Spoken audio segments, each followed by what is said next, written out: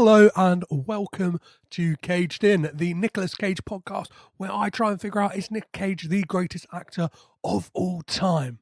But we're not here for that today. This is what I like to call Caged In Conversation. This is episode 8 of the series, where I talk to people who have in some way been inspired or touched by the life of Nicolas Cage, or in this case, as many of the case of the other episodes, people who have worked with or on films that Nicolas Cage has been in. I was very fortunate to be joined by Ken Sanzel.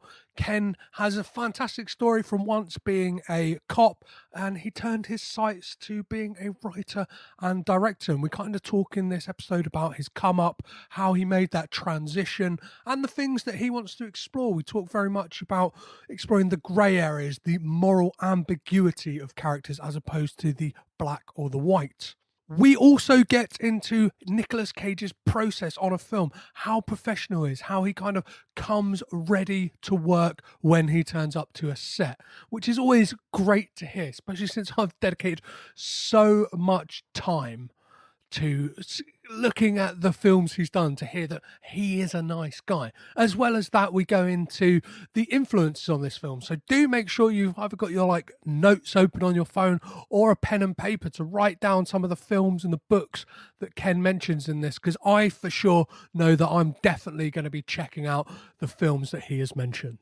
If you haven't seen Kill Chain, I would recommend watching it before you even listen to this interview. Unfortunately, me and Ken do get into some spoilers. We speak specifically about certain scenes and the kind of how they were put together and stuff like that. And I think if you haven't seen the film, they either might not make sense entirely, or they will definitely spoil some of the second and third act moments of this film. I very much hope you do enjoy this conversation with Ken Sanzel. Please do join me at the end of the episode, where I'll be talking about everything that's coming up in the next week or so and future plans for the podcast. We've got some exciting things. All that aside, there's one thing left to do, and that's to get raging with Cage.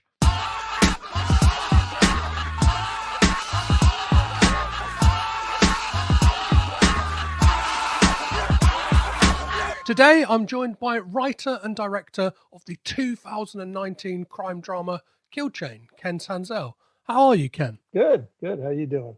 Yeah, I'm not doing too bad. This might be like a weird jumping off point, but obviously it would be terrible of me to not mention, obviously, the elephant in the room that is everything that's going on in the States at the moment. How's the mood for you over there at the moment? Angry, disillusioned. It's been a bad few months. I guess you define me on the left just because of where the right is, and it's a pretty fucking awful place we find the country in right now, and I think we saw it coming, but it's not any more fun to see just how willing some of our leaders are to manipulate the easily manipulated into doing some pretty heinous shit. And as an ex-cop, I'm particularly outraged and incensed by what happened. By people who said they are pro-cop. That is something that is quite interesting, because obviously when we come to talking about Kill Chain, there's obviously a moral ambiguity to characters, and at times there's obviously, you can very much look at the cop characters in that as morally bankrupt, but at the same time you can look at the quote unquote criminals and the people who are supposed to be the bad guys as sympathetic and people that you want to root for. And is that something that's baked into that script? Yeah, I mean, I think it's baked into a lot of my work. I think because of where I come from, I'm more interested in the moral grayscale than telling stories of heroes and villains. Obviously, I've made a good living working in network TV, where you do a lot of that, that less interesting stuff, and in my movies and in my indie work, the stuff that's my passion, I tend to go to what my life experience was, and certainly as a cop, which is that there was, there there were no hard lines. I mean, there certainly is evil in the world, and there are Hmm. people who do good, but I think that everyone gets sullied. And because this movie was uh, was specifically a noir, I want to do honor to the spirit of noir, which is about a sense of encroaching doom and Hmm. the fact that moral frailty sort of always runs you off a cliff, and even the redemption is tainted and nuanced. So obviously, yeah. Do you mind if we like take a step back for a moment? And obviously, like you said, you used to be a cop. When did that like? When did you go right? I want to work in film and TV. Like, well, how did that decision come about? I think like a lot of people, I always wanted to, but Hmm. what happened was I'd been writing scripts kind of on the side, as a cop, just as a release with no real belief it was going to go anywhere. And I had a friend, Steve Cohen, who I'd been friends with since childhood, who ended up going. He went to film school. He went out to L.A.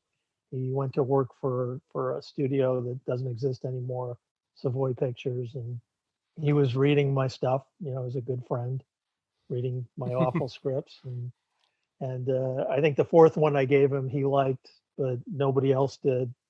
And the fifth one I gave him, his boss liked and bought.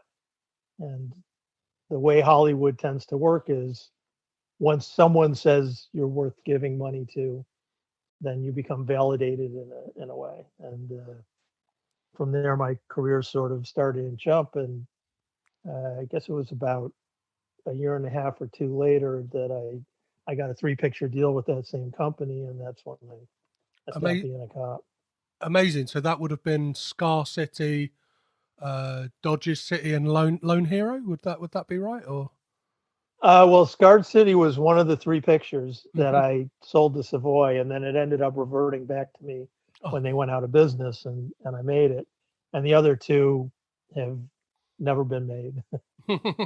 So that from speaking to people, that seems to be the list of projects that never got made. Always Oh seems to yeah, be a lot longer than the ones that tend to get made. yeah. The movie that I made before Kill Chain, Blunt Force Trauma, I made it in 2015, and I'd written it in 2000. So you never give up on them, but they do sometimes take a long and circuitous route, and sometimes they never get made. So So with some of them, something, I think, some of my older ones have probably aged out of being particularly relevant anymore. mhm. Yeah. So with a script like you say, like Blunt Force Trauma had been on the shelf, as it were, for close to 15 years. Like, how do you go about like? Was there many updates you had to do in regards to obviously like even something as basic as like I don't know, phones, like, do you know what I mean? Like the technology and stuff like that has caught up so quickly. So is there just base level things you have to update like that, or is it kind of the story is what it is and kind of tell it anyway? I mean, it varies with Blunt Force Trauma because basically it was smuggling in a western, Hmm. as this kind of modern dueling story.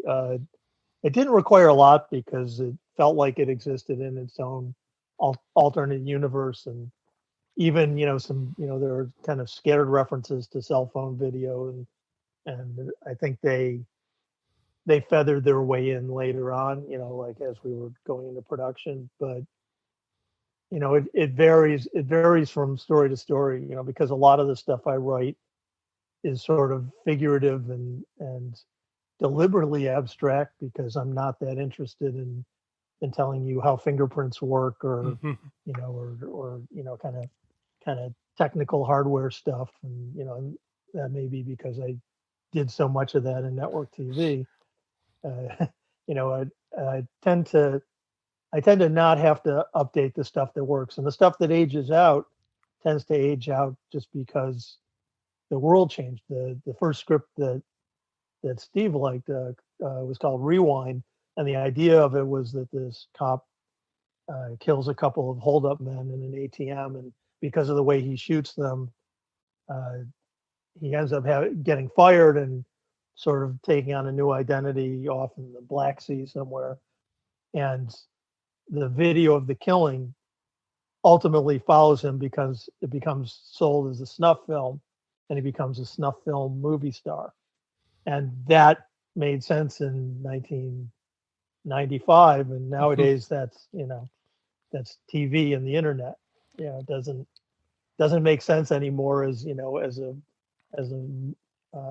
something you can make money off of. So. Yeah. Well, in 1995, if that had gone into production, that would have been like a perfect double bill with Joel Schumacher's 8mm, right? That kind of like the seedy world of snuff films. And and interestingly, I had financing for it at one point, and because 8mm, and I think there was another one. There was another snuff film movie shortly after, and neither of them had done well, and so Avi Lerner was interested in doing it. I think it was Patrick Swayze wanted to do the lead, and he was like, "No, can you make it about something else?" And I was like, "Well, it's like, can you make Star Wars not about stars? Not Yeah. about outer space? It's that kind of thing." So Yeah. obviously you kind of touched on it slightly, but in this kind of like golden age of television, obviously, like what made you go, no, I want to still continue like making films? I think it's I mean, and don't get me wrong, I love TV. TV's been great to me. I haven't exited TV, but I came into the business loving movies. I grew up loving 70s films mostly, and then discovering 40s and 50s films, and the French New Wave, and there's just something about the journey of a film that is completely satisfying, and TV, even really kind of golden age TV, with a few exceptions, you feel the way that they distend it to fill the time necessary, Mm-hmm. and so there's just something. Also, I think it has to do. The reason I ended up doing well in TV was that I write quickly, and that's an asset in TV. But it also means that the reason I write quickly and kind of work quickly is that if I hang on something too long on a first draft, especially, I tend to turn on it. I tend to doubt it, and so there's a sort of a sprint to get that first draft done, because then it's never as bad as I thought it was. And so I like with film, and especially with indie film, that there's sort of when you actually get to the starting gate, Kill Chain was 3 weeks of prep, and then it was 4 weeks of shooting and 3.5 weeks of shooting, really. And it's like you do it and you're done, and then you see what you've made, and so there's a satisfaction there. And then the the things that I echo are all movies. I think there's an authority to film that TV has a hard time capturing, because you don't really revisit series that often. It's Mm-hmm. a big commitment to even a mini series to go back. Whereas movies, I mean, how often do you revisit the movies you love over Oh, and over again? yeah, constantly. You touched on it earlier that blunt force trauma was on the shelf for a considerable amount of time. When did you first come up with the idea of Kill Chain? Actually, what happened was when we were shooting Blunt Force Trauma in Bogota, uh, we scouted this hotel, and it was this gorgeous colonial hotel. I think it was in La Calera, which is sort of their, uh, I call it sort of the Greenwich Villagey, Mm-hmm. area of Bogota. It's the part of Bogota that didn't, burn during the revolutions and the fighting, and so it almost looks like Cuba. And there was this gorgeous hotel that the cinematographer took us to, because we needed a couple of hostels, and we ended up not using it because it was kind of too grand. Yeah, It yeah, had too much grandeur for what I needed in that movie. And so when I got back, and the producer Gary Preisler, said, "Look, we're making a movie. The first thing the financiers are going to say is, what's next? Do you have something else?" And we had another thing we were trying to put together, interestingly, with Nick, and he passed on it or never got to him. I don't know, but so I had the idea to write something, smaller than blunt force trauma, where we had been at 18 locations over 23 days. We'd just been all over freaking Bogota, the outlying area. And I was like, let's do something contained. And so I had this idea that I would do. The original idea was 3 stories shot in this hotel.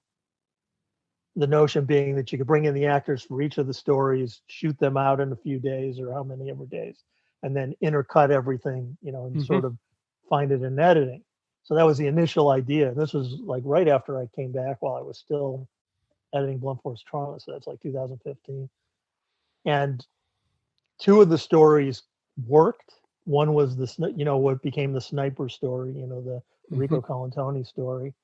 And the other was a version of what becomes the Nick story, which is patterned after this Raymond Chandler short story called "I'll Be Waiting."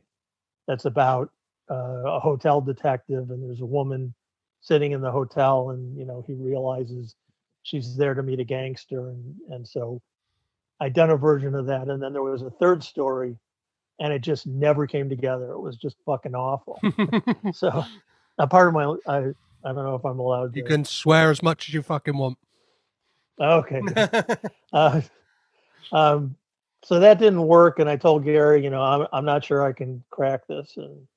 And then about a week later, it was one of those, I don't know if I was going for a walk or whatever, and I realized that what I wanted to do was take the 2 parts that worked and do a version of Richard Linklater's Slacker, which is this movie where you start in one sort of anecdote, and then you follow one person away into a completely different story, and by the end of the movie you're in a completely different place. So I was like, I'm going to do that, but where each story ends with someone dies, and then the people, the killer, we follow them to whatever happens to them. And so that got me the cop story, that sort of linked it together. Yeah. And then that ended up making the Nick story, obviously inform everything differently. And so that was how it all came together. And so originally it really started, my original idea was that a Nick Cage or someone like that would be the sniper, and you think, oh, it's his movie until he dies. Yeah.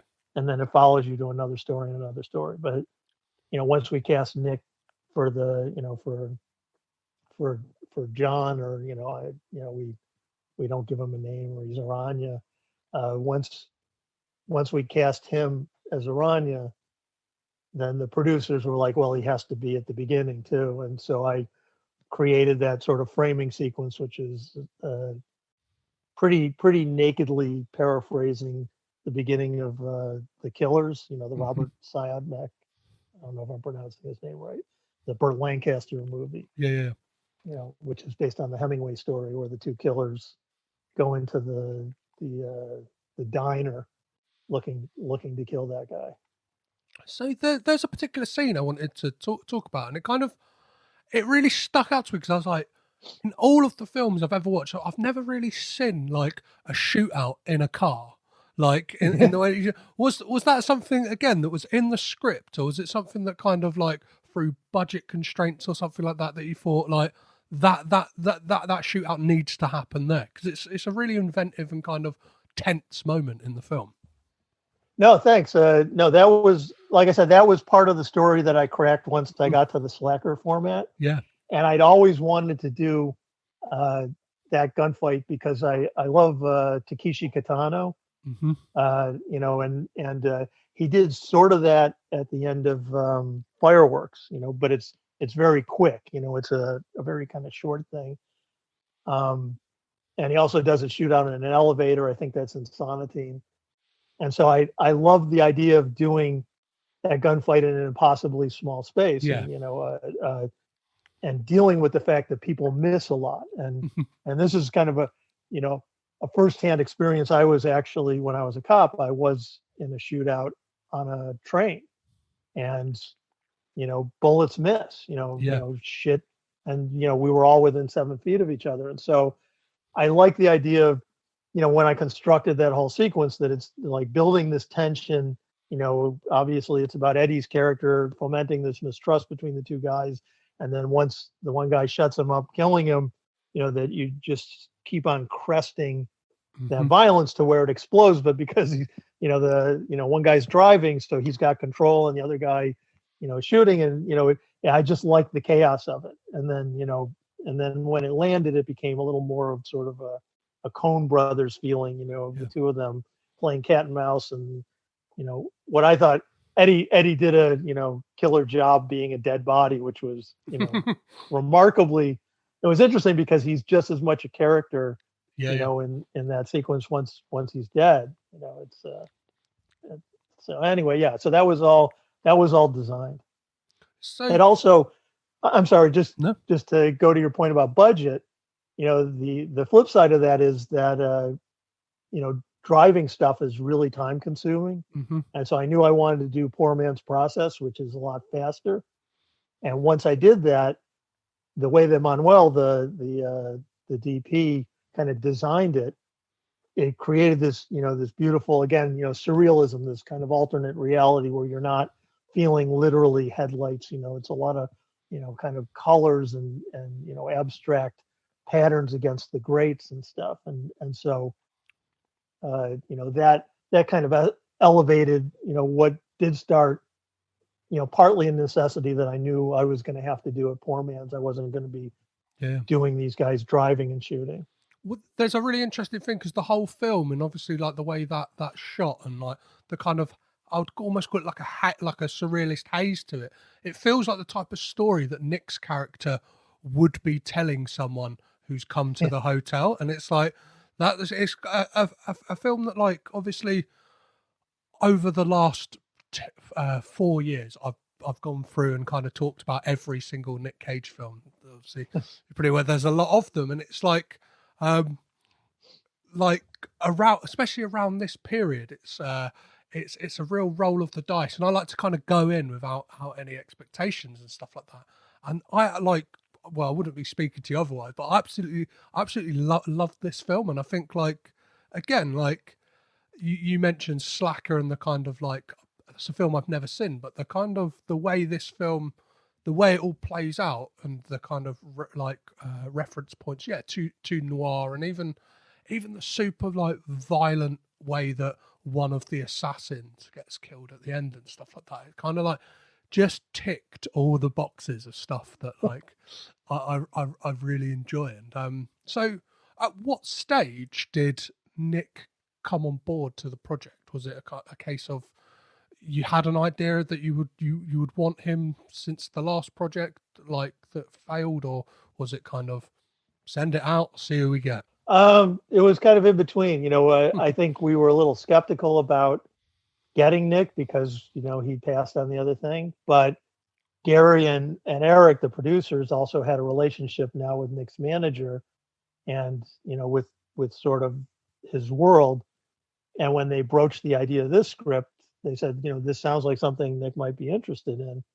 And again, I thought he was probably more likely to take the Rico part, but he took to the lead, which was fantastic.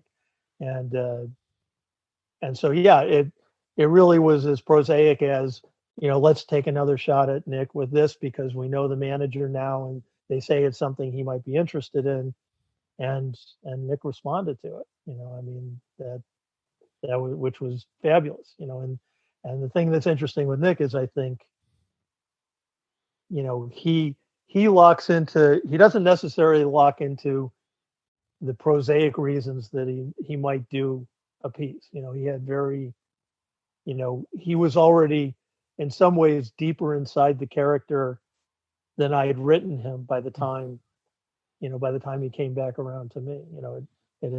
It had clicked for him as, I think he probably liked the way it was written. He liked the world, but mostly he liked what he saw in Aranya. That was, he called it sort of Peter Parker and Spider-Man. That it's a guy playing a role. And I think also the fact that it's different. I think he doesn't like to do the same stuff over and over again. I think that's why he does so many movies, is that he likes to do different stuff. Yeah. And doing these short small movies allows him to step into a lot of different skins and play different characters. He also he also really draws a lot from actors and performances Yeah. that interest him. Which was a fun ride. It was a fun ride because he watches a lot of movies, and you kind of it's a challenge to find movies he hasn't seen, and go back and forth and find reference points that intrigue him. So for a film like this, obviously, you hear of directors giving their cast a kind of list of films to potentially watch or anything like that. Was there anything that you kind of gave to Nick for this to say like, maybe check out this and kind of get a feel for what I'm going for? Well, we talked about Charles Bronson early, Hmm. and then he talked about this movie Harakiri, uh, this samurai movie I'd never seen that had some interesting parallels in structure to Aranya in terms of the way he sort of hides his past from the Hmm. people he's confronting, and where their past underlines his. And then I showed him this movie Hickey and Boggs, that Okay. Robert Culp directed. After I Spy, which I think is one of the great '70s noirs. Kind of unheralded, fucking hard as nails, and just kind of does all the things I love about noir and does all the things I love about '70s Yeah. movies, beautifully. And he really got interested in Robert Culp, and I think uh, you see some Culp and you see a lot of Toshiro Mifune, and kind of how he ultimately approaches the character. So that was a big one. And then I gave him the short story I was telling you, I'll Be Waiting, and then I gave him which he also read, the novel Fast One by Paul Kane, which I think is the greatest book ever written. Kind of distills everything about pulp down into a couple hundred pages. Amazing.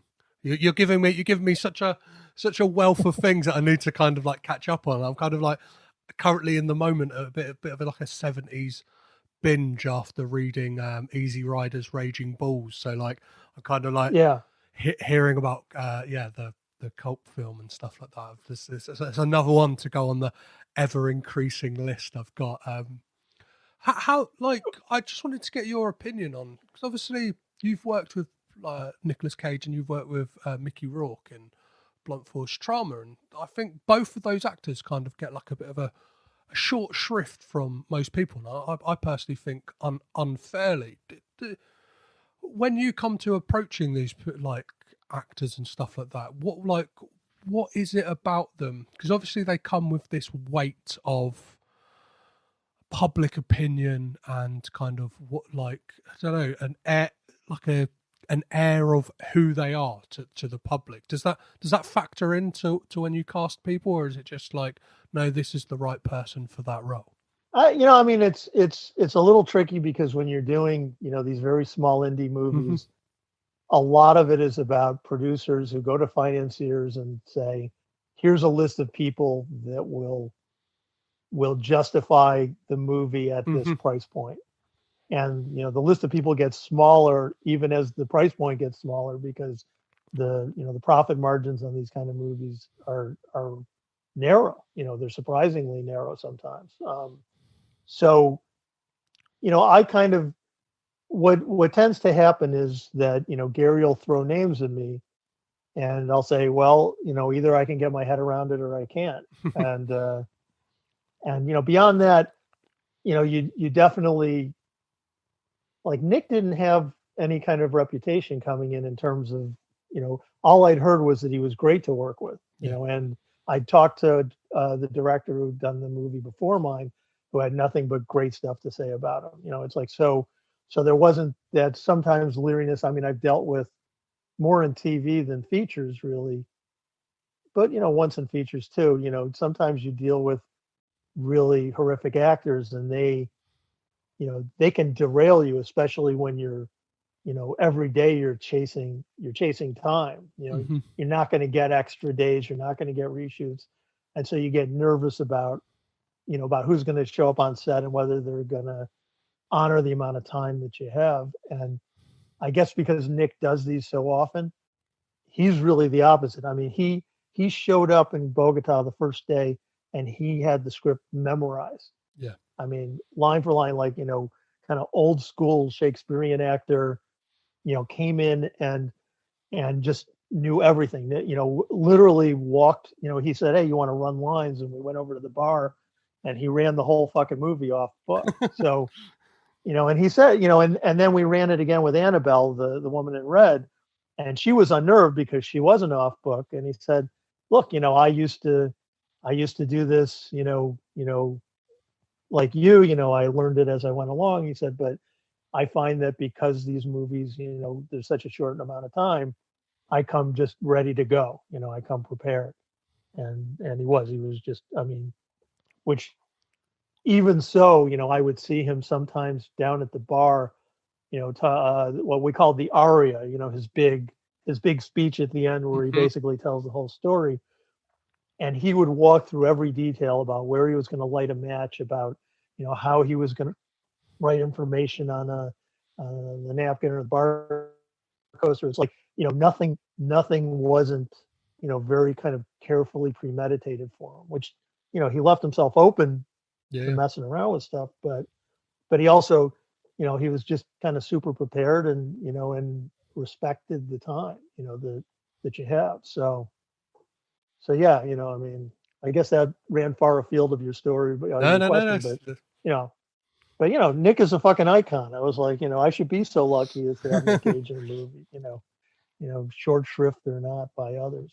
Yeah, yeah, definitely. So, obviously, 2020 was a very weird year in regards to the world and especially film. But as we start to wrap things up, what does the future look like for you in regards to future projects or anything like that? I know a lot of the time you can't really. It's hard to talk about or anything like that. Or what's on the horizon for you, Ken? Uh, yeah, I mean, it's not that I can't talk about stuff, but I am very superstitious Sure. because, you talk about something and then invariably it doesn't happen so that everyone can ask you Yeah. what happened with it.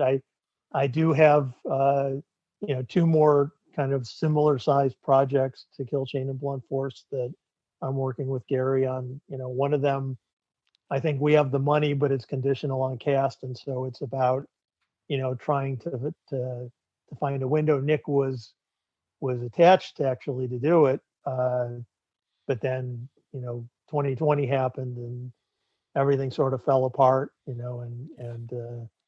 I don't know if we'll find, with Nick, a lot of times it's about finding a window. So Yeah. we'll probably, I don't know if Nick's going to be that, but so I have a project with Gary then, and I'm writing another feature, and then in TV tends to be for me a little bit looser. It's like Hmm. stuff comes to me because of my background, because I know how to run a show, and they sort of, I take what comes my way and figure out if I want to do it.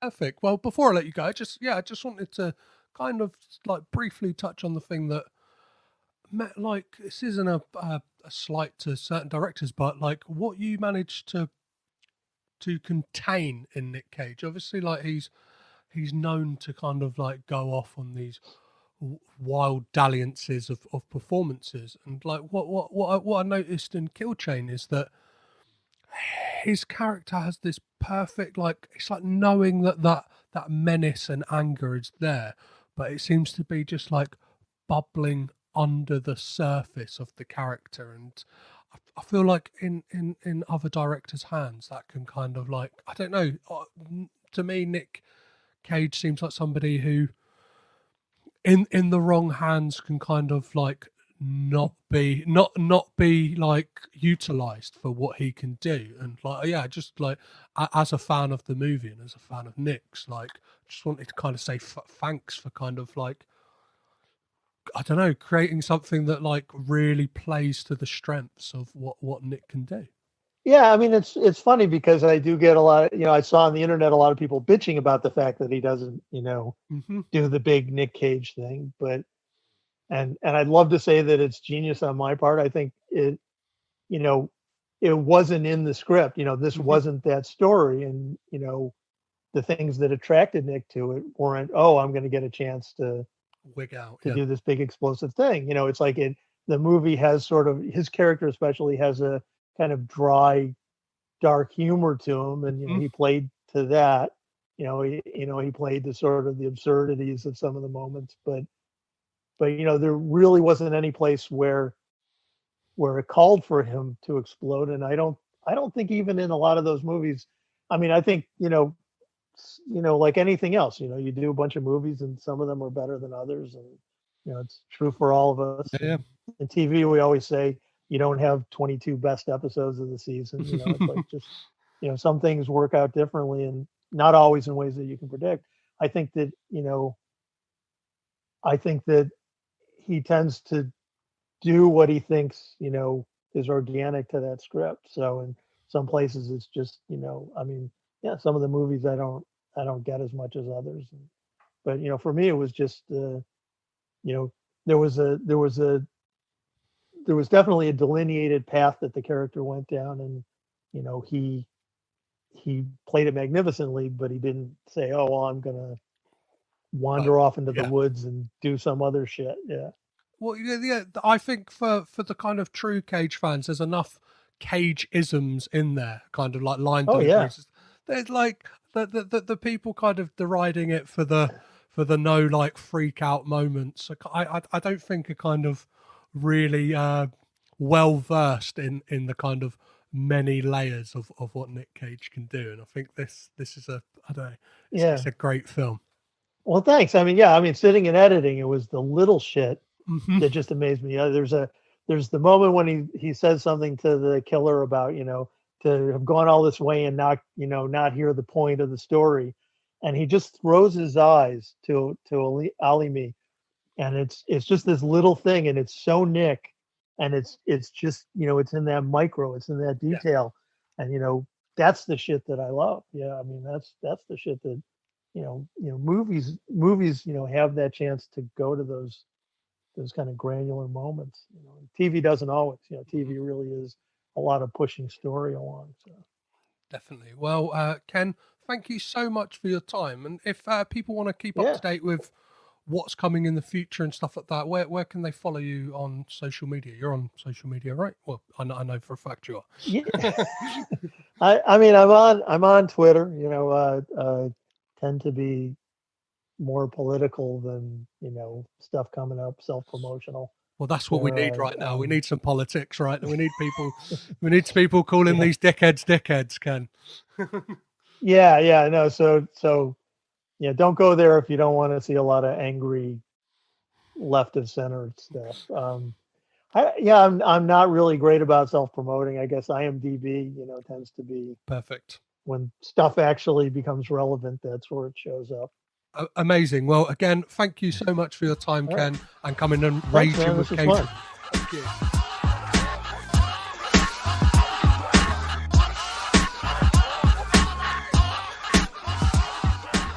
There we go. Again, thank you very much to Ken Sanzel for his time coming and raging with Cage with us. That was a great conversation, right, guys? If you feel the same, if you feel differently about any of the films I ever discuss on this podcast, please do not hesitate to get in touch, which you can do on Twitter, Instagram, and Facebook, all at CagedInPod. You can always drop an email, which is cagedinpod@gmail.com.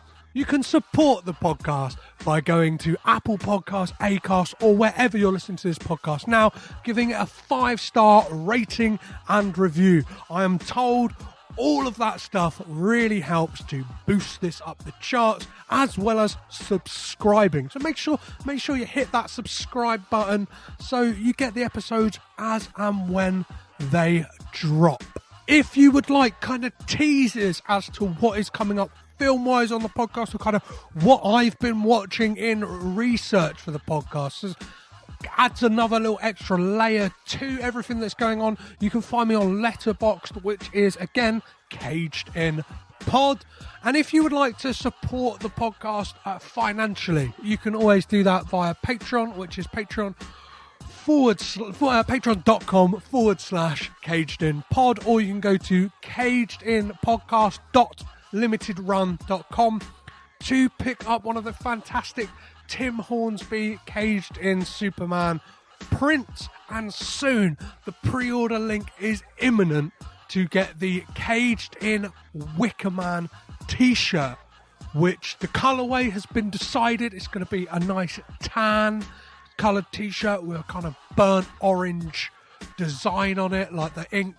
And Tim Sinclair has done an amazing print. If you're not following on the socials, head on over to all of that to make sure you get to see this amazing design.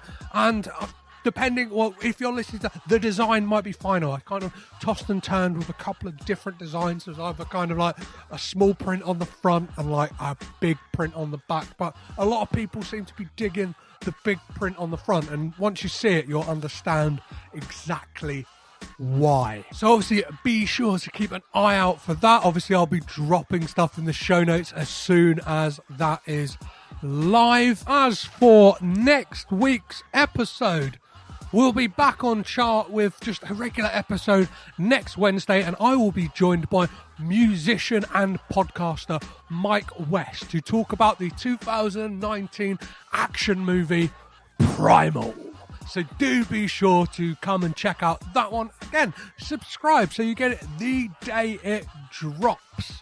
I also have a few more bonus episodes that I'll be dropping probably again on a Friday basis. I've got an amazing conversation with Marianne Zumberg all about her top 5 and bottom 5 Nick Cage movies, as last year she did a full 97 Cage films in a year. So had an amazing conversation with her, and I've got an amazing conversation with Kevin Frolix, who has written Vampire's Kiss the musical. So do keep your eyes and ears out for all of that stuff. I'll be announcing it on social media as well as letting you guys know on here when they are going to drop. So as always guys, I've been Petros and DeVaughn Taylor. I've been Caged In. You've been amazing. Bye bye.